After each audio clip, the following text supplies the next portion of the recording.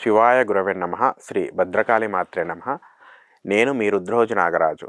నేటి దివ్య పంచాంగ వివరాలను గమనిస్తే 29/12/2025 సోమవారము. ఈరోజు తిథి దశమి తిథి. కార్యసిద్ధిని ప్రసాదించే జయతిథులలో దశమి తిథి ఒకటి. ఇక నక్షత్ర రీత్యా చూస్తే రాశిచక్రంలో ప్రథమ నక్షత్రమైన అశ్విని నక్షత్రం ఈరోజు వ్యాపించి ఉంది. ఈ నక్షత్రానికి అధిపతి జ్ఞానకారకుడు మోక్షకారకుడైన కేతువు.